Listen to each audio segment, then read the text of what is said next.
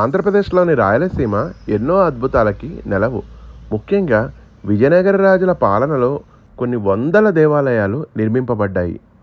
వారు నిర్మించిన ప్రతి దేవాలయము ఒక ఆణిముత్యమే. దురదృష్టవశాత్తు చాలా మటుకు దేవాలయాలు జనాదరణ నోచుకోలేకపోయాయి. ఈరోజు మనం అలాంటి ఒక అద్భుతమైన దేవాలయాన్ని సందర్శించబోతున్నాం. నమస్తే, నేను మీ సుధాకర్ రావు. ఈరోజు నేనున్నాను ఉమ్మడి చిత్తూరు జిల్లా, ప్రస్తుత అన్నమయ్య జిల్లాలోని మండల కేంద్రమైన ములకల చెరువుకి 10 కిలోమీటర్ల దూరంలో ఉన్న సోంపాల్యం అనే ఒక గ్రామంలో నిర్మించబడిన 16వ శతాబ్దపు శ్రీ చెన్నకేశవ స్వామి దేవాలయం దగ్గర ఉన్నాము. చెన్నకేశవ అనేది ఒక కన్నడ పదం. చెన్న అంటే అందమైన, కేశవ అంటే విష్ణుమూర్తి అని అర్థం. మన ఆంధ్రప్రదేశ్లో రాయలసీమ మరియు పల్నాడు ప్రాంతాల్లో శ్రీ చెన్నకేశవ స్వామి దేవాలయాలు మనకి ఎక్కువగా కనిపిస్తూ ఉంటాయి. ఇంకెందుకు ఆలస్యం, లోపలికి ప్రవేశించి దేవాలయపు అందాలని వీక్షిద్దాం. దేవాలయ ప్రాంగణంలో మనం ప్రవేశించగానే మొదటగా గొల్ల మండపం మనకి స్వాగతం పలుకుతుంది. ఈ దేవాలయాన్ని నిర్మించే సమయంలో ఇక్కడున్న గొల్లలు ప్రతిరోజు పాలు, పెరుగు శిల్పులకి అందించేవారు. దానితో ఎంతగానో సంతోషించిన రాజు మీకేం కావాలో కోరుకోమనగా తమకు చిరకాలం గుర్తుండే విధంగా తమ పేరు మీద ఒక మండపాన్ని నిర్మింపజేయమన్నారు. దానికి ప్రతీకగా నిర్మించిందే ఈ గొల్ల మండపం. ఇందులో రాజు, రాణి, వివిధ నర్తకీమణులతో పాటు ఆ గొల్లల శిల్పాలను కూడా చెక్కడం విశేషం. ప్రతిరోజు రాజు ఈ మండపం వద్దనే కూర్చుని ప్రజలకి తీర్పులు ఇచ్చేవారంట. ఈ దేవాలయం యొక్క ప్రత్యేక ఆకర్షణ గొల్ల మండపానికి ఎదురుగుండా ఉన్న దీపస్తంభం. మన దక్షిణ భారతదేశంలోని అతి ఎత్తైన దీపస్తంభం లేదా ధ్వజస్తంభం. సుమారు 60 అడుగుల ఎత్తుతో అద్భుతమైన శిల్పకళతో ఏకరాతి శిల్పం మీద నిర్మించిన ఈ ధ్వజస్తంభం దక్షిణ భారతదేశంలోని అతి పెద్దదైన ధ్వజస్తంభం లేదా దీపస్తంభం. ఈ స్తంభ ప్రతిష్టాపన వెనక ఒక కథ ప్రచారంలో ఉంది. ఈ స్తంభాన్ని పూర్తి చేసిన తర్వాత నిలబెట్టడం ఎవరికి సాధ్యం కాలేదుట. అప్పుడు ఒక ముని ఎవరైనా ఒక పతివ్రత స్త్రీ చేయి వేసిన ఎడల ఈ స్తంభం నిలబడను అని సెలవించినట. అప్పుడు ఒక శిల్పకారుడు తన సోదరిని తీసుకురాగా ఆమె సహాయంతో ఈ ధ్వజస్తంభ ప్రతిష్టాపన జరిగిందిట. అప్పటి నుంచి దీన్ని పతివ్రత ఎత్తిన ధ్వజస్తంభం అని పిలుస్తారు. ఇప్పుడు మనం ప్రధాన గోపురాన్ని దాటి దేవాలయంలోకి ప్రవేశిస్తున్నాం. దేవాలయం మహామండపం, ముఖమండపం, అంతరాలం, గర్భగుడిగా విభజించబడింది. ఈ దేవాలయపు స్తంభాలపై మరియు గోడల మీద అద్భుతమైన శిల్పాలని నిర్మించారు. అచ్చు కర్ణాటకలోని భోగనందీశ్వర, ఆంధ్రప్రదేశ్ తాడిపత్రి దగ్గరలో ఉన్న చింతల వెంకటరమణ దేవాలయం మాదిరిగానే ఈ శిల్పాలు మనకి అగుపిస్తాయి.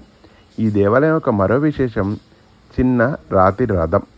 ఈ విధమైన రాతి రథాలు విజయనగర రాజులచే నిర్మింపబడిన హంపీలోని విరూపాక్ష దేవాలయం దగ్గర మరియు తాడిపత్రిలోని చింతల వెంకటరమణ దేవాలయం దగ్గర మనకు అగుపిస్తాయి. ఇప్పుడు మీరు చూస్తుంది దేవాలయం యొక్క పైకప్పు మీద 16వ శతాబ్దంలో నిర్మించిన రామాయణ పెయింటింగ్.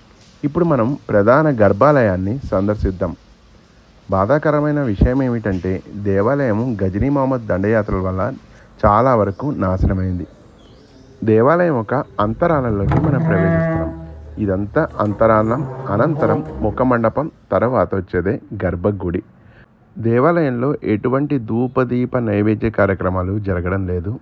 ఒకసారి మనం స్వామివారిని దర్శించుకుందాం. మన ఆంధ్రప్రదేశ్లోనే అత్యంత అందమైన చెన్నకేశవ స్వామి దేవాలయం సోంపాల్యం. ఓం శ్రీ చెన్నకేశవ స్వామియే నమః.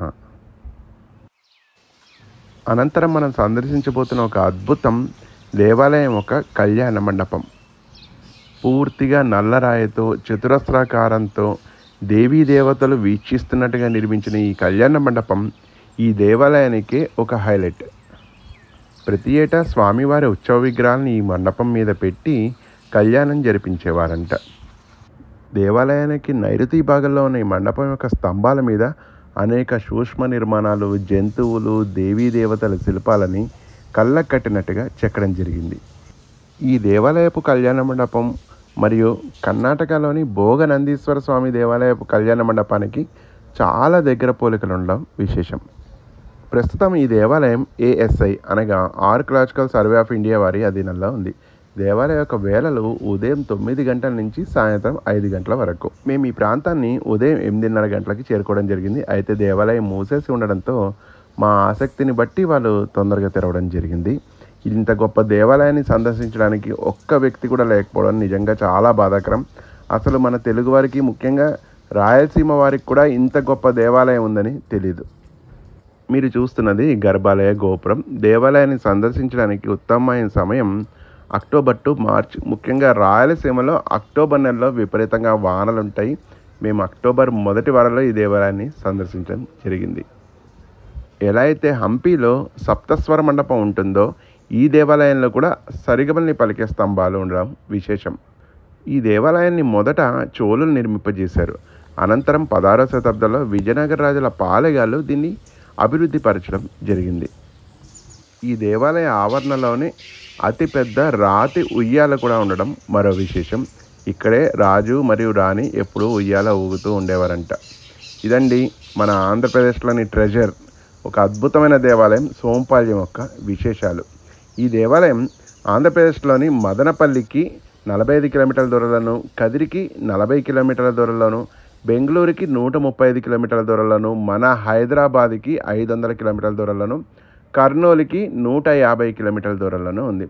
ఇలాంటి గొప్ప దేవాలయాన్ని సందర్శించడం, పరిరక్షించడం మనందరి బాధ్యత. ఈ దేవాలయ విశేషాలు మీ అందరికీ నచ్చాయని భావిస్తూ సాంప్రదాయాలు వర్ధిల్లాలి.